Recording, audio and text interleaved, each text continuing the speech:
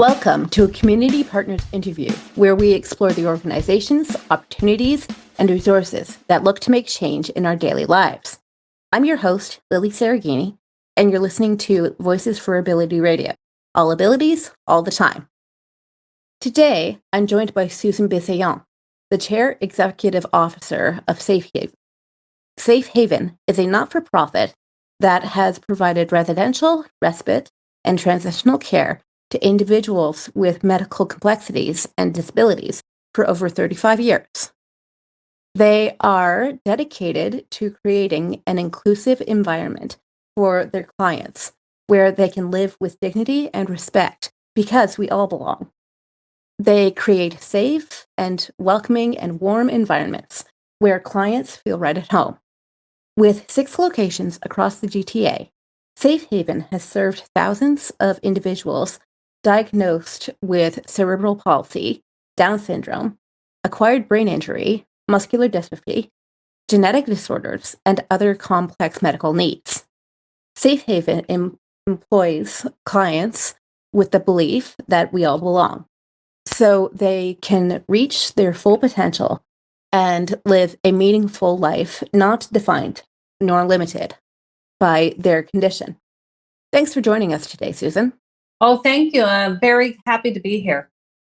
So, Susan, could you tell us a little bit more about yourself and what inspired you to work at Safe Haven and why work with people with disabilities? Sure, thank you. Certainly, my background is professional nursing. I'm from the East Coast. I've spent most of my career in, large hospitals, community hospitals. Very much taking care of vulnerable populations. I was very much drawn to the community sector just 8 years ago to really look at how could I use my knowledge skill to help support very vulnerable individuals. We're seeing that people with intellectual disabilities and individuals who are highly vulnerable, the supports are not there. So I was really motivated to join the community sector and look at how I could build and really advance the system of care for these individuals at Safe Haven. Excellent. Now, while doing my research on your website, I saw that you provide multiple different services at Safe Haven. Can you tell us a little bit more about those services and what they entail?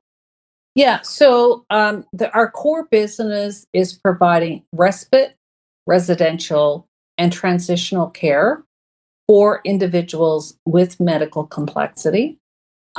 We have 6 locations across the GTA, and we have individuals who have complex needs who live with us for a variety of reasons, like if their family can't take care of them or if they don't have family, so they live with us. But we also have over 200 families who come to us for respite. And we also have a program, a transitional care program for families and individuals when they're in sort of a hospital, they're finished their acute stay or their rehab stay, but they're not quite ready to go home. So they can come to us for up to 160 days. So we really try to be like a safety net for families and individuals with medical complexity. We've really grown our programming. When I joined, we were mostly just a children's organization. Now we also provide children, youth, and adults. So we have now the whole lifespan from childhood into adulthood. So with the adult side, it's mostly residential. We'd love to have a respite program. So we're continuing to grow our services, and hopefully that'll happen in the future. Excellent. I saw on your website something called Our Resilient Youth. Can you tell us a little bit more about what that is? Our resilient youth, like a lot of it, like I think what we're really trying to do when you think about people or individuals who have different sort of complexities, it could be genetic disorder, it could be an acquired injury. We're really trying to look at not only providing the care and support, but giving them access to any kind of services that they need. It could be a school, it could be on the medical side, but it also could be on the recreation side to help build resiliency. in our clients. So we're really looking at, ensuring that those clients are living the best life. And we know that you build resiliency when you have consistency of care and when you have consistency of supports. So for us is about building a resilient individual and a resilient community and ensuring that individuals get the support that they need to thrive. For sure, for sure. I mean, community support is where it's at. Like, that's the thing that matters very much. Yes. So, what is the accreditation with exemplary standing recognition? So when I joined Safe Haven, I want to say it was probably around 2014, 2015. We were not accredited. And what that means is there's a national body called Accreditation Canada. It's a nonprofit organization. And that organization actually evaluates organizations against what would be considered national standards of care. So when I joined, I felt that that was something really important for us. Like we want to make sure that we're providing high quality care, that we're meeting sort of what would be considered national standards for care of individuals with complexities in the community. So there's community standards. So we actually are now heading into our third cycle. It happens every 4 years. So we've already done two accreditations, and we have another one in June of 2026. And when you say it's accreditation with exemplary standings, what that means is that based on the on-site survey that was done by the surveyors from Accreditation Canada, they recognize that our work was exemplary. So basically, we met like 99% of the standards. So it's a real indication and a marker of excellence. So we're very proud to have this achievement, and we work very hard to make sure we meet what would be considered national standards for community-based organizations. Amazing, because accreditation, I mean, it gets your name out there. It makes people recognize that you do important work and that you're on the up and up for sure. Exactly. And, there's a lot. I think, when you're working with individuals with complexity and special needs, there's a lot in terms of just making sure they get good care. They're highly vulnerable. We need to make sure we go above and beyond. So we meet sort of what are the governance standards for licensing, but also that we're pushing ourselves and we're making sure that we're putting all the foundational elements to ensure our organization is a high quality organization. For sure. Are there any restrictions for joining safe havens, such as age, disability type, caregivers, things of that nature? Um, there's no real restrictions. One of the things that we have been, like I said, when I joined, it was mostly we were taking care of individuals with developmental disabilities, and 98% of our clients were in wheelchairs. More and more, we're being asked to consider and do more. So, looking at clients who may have a medical complexity and also behavior or autism. So more and more, we're starting to expand our scopes of service. So right now, we're building programs that take care of clients with more behaviors, but certainly that is an area. If you ask me right now today, there would be limitations on taking people with severe behaviors, but that's something that as we work to the future, behaviors and medical complexities an area of growth for us. For sure. So, without using any names, can you share a success story with me? Like, what supports were put in place when someone asked for help? Well, I can certainly, we have had so many successes. And, what I think the type of clients that we have, there's a lot of heaviness. When I look at, clients that we have who were born, I think of one little client that we had who was born premature, a lot of developmental disabilities. The family didn't have a stable home environment. There was members who were homeless. And that when I think of that child coming to us, came, got the right care, right supports, we were able to also work with different,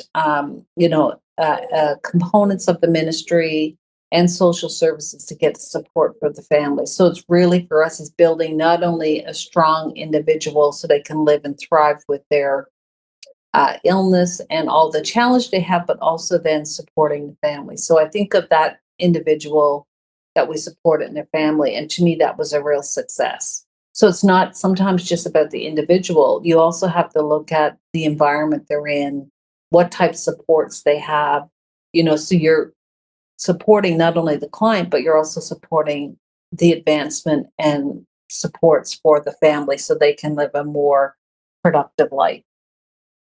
For sure, because this is all community based, family based. I mean, everyone supporting everyone else. Like that's the best way to go, for sure. That and the fact that when people with disabilities are actually allowed to succeed, we contribute quite a lot to society. Exactly. A lot of these organizations in the community are doing amazing work. It's heavy work for sure. And I think people are always stretched. So we're trying to do what we can do, not just for the clients, but also for the families. So I think we really work hard to make sure that we're successful all around. For sure. So, kind of the opposite of that. What is one thing that you see happening over and over again to people with disabilities that should not be happening? And what do we do about it? Well, I think some of the biggest challenge we have is the wait list. When I think of, you know, um, the wait list for individuals to get access to services, it could be services while they're living with their family or even outside. We know there's, many individuals, like 40, 50,000 people on wait lists, for services, both residential and in the community. So those are areas where I think we need to do better. And I think we're trying to do our part. I think the government has been responsive and trying to link and work with us, but we know that the demand for services outstrips what's available. So I think a big challenge is for people is getting the right supports they need in the community. This is a Canada wide problem. This is almost a worldwide problem, I would venture to say. What do you think causes this lack of services in place? Well, I think that, there's been so many changes in the system. There's been a lot of growth. We have a lot of immigration. Like we're getting people who are coming into the country who also have disabilities. And I think there's just a lot of demand on the system. And the system has, in terms of the growth and the need, like it's hard to keep pace with all the demand. So I would say for sure, there's definitely elements of that in terms of, you know, resources to support all the needs. It's just there's never enough. And I think you have to be able to do what you can do with the funds you receive, but there's always a demand that outstrips what's available. For sure, for sure. I wonder why the lack of funding, seriously. Like, we're able to fund a lot of other less important stuff, if you ask me. I don't know. I think I know from our perspective, looking at Safe Haven, the government has been very good in supporting us. I think in one of the recent budgets in May, we received $22 million for a capital project. We have received other fundings to support growth of our operations. So I actually am very, very, grateful to the government. I think that we've worked in partnership with them, and I think we're getting some headway with what we need. I can't speak for other agencies or anyone else, but I certainly I'm very proud of the work we've done with government in obtaining funding. Actually, that is excellent to hear, considering the scope of the project that you have going in 6 different locations just across the GTA. That's a lot of work for a lot of different people. Exactly. And it's needed, and we're going to keep growing and doing what we need to do to support these vulnerable individuals. For sure. Are there any events coming up for Safe Haven? I would say the events that we have over the next 8 weeks is really focused on our clients. So there's a lot of sort of activities, summer parties. We just got a really great grant from the Trillion Foundation for music. So there's going to be a lot of music happening on site and in the community. We have a very good program for our kids around with the clown therapy. So I would say the next 8 weeks, the events are really around our clients and making sure they have a wonderful 2025 summer holiday. Summer. I love summer. I mean, it's the best time for events, really. It's great. And we have one of our sites has a pool, so we have a lot of pool parties. So the summer is about, just taking advantage of the nice weather. And, I think for people who have disabilities and are in wheelchairs, it's very challenging when you live in a country where there's a lot of snow. But so the summer for us is really focusing on events for clients. Absolutely. If someone wanted to become a member with Safe Haven or a volunteer, what do the processes look like for becoming a member or for becoming a volunteer? When you say a member, I'm just trying to get a sense of what you mean for a member. A member. I would say like a client, someone who actually utilizes your service. Okay. So if somebody's actually looking for services, we have an intake process. Like if you go on our website, there are sort of numbers and emails to contact. We have an intake team. We have a social workers. We have a respite coordinator. So there is ability to access those services online. So I would really encourage people to go to our website and really look at what's available and getting in contact with the team. In terms of volunteer program, we're still rebuilding our volunteer program post COVID. So we have a small number of volunteers, but also I think on the same way, there's an ability to contact us. And if you're interested in volunteering, you can access that from our website. Nice. What is the one thing that everybody needs to know about Safe Haven?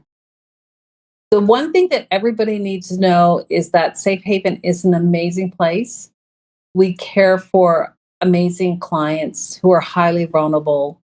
We're really focusing on awareness. We really believe that individuals with complexity and disability have a right to belong, they have a right to be visible. And we really want everybody to know that we're here for them from a respite or care perspective. And we're committed. We're very committed to who we serve and our parents and of the clients. So those are the big things we want people to know that we're here for you. If you need us, contact us, and we're certainly going to help you in terms of getting access to respite services or any other services that you may need. Mm. Just as a follow up to that, is this service only accessible to people living in the GTA? Currently, yeah, I would say our focus is the GTA. And I would say even within the GTA, most of our referrals come from Toronto or Central Region. We do have clients that come from the Niagara area or the Durham region. Um, it's not that it's impossible for other people, but it's actually quite difficult to offer a service that would be outside of those regions just because of the time it would take to get to our facilities. Right, that makes sense. Absolutely. Now, if listeners are looking for more information, how can they reach out to Safe Haven? So I really encourage them to go to our website, Safe Haven website. If you put it in and you search us, it definitely will pop up. Please read about us, contact us. We're here to serve the community, but we welcome your input, we welcome your donations, and we welcome sort of any supports that you may have for us. Is there anywhere that people could find you on social media? Yes, so we do have very active social media on Instagram. If you again Safe Haven, we have Instagram, we have TikTok, we have we're on X, we're also on Facebook. So all of those platforms, we're very active with our Safe Haven identity. Perfect. Thank you so much. Thank All right. you. Do you have any questions for us, actually? No, no, I just like to know, so your organization is having these, these, you're educating people. So talk about the success that you're having, as a group and getting the message out there about organizations like Safe Haven. Oh, so far so good. We are actually expanding our reach, like trying to get outside of Ontario and more to the East Coast and the West Coast, because we do hear from a lot of organizations around the Vancouver area, but then also going out east to places like Halifax, and just getting more communities involved with one another and with our organization to get the word out about the fact that they exist. They're there for other people. They're there to hire people who wanna work for them. They're open to clients, just, basically the same as you, just get the word out. Exactly, exactly. Well, um, congratulations for all you do, and thank you for meeting with me today to learn about Safe Haven. Thank you very much for your time and for your expertise today, Susan. This has been a great conversation, actually, very enlightening. I'm going to sign off. This is your host, Lilly Cereghini with V4A Radio. Remember to stick together because we are in this together.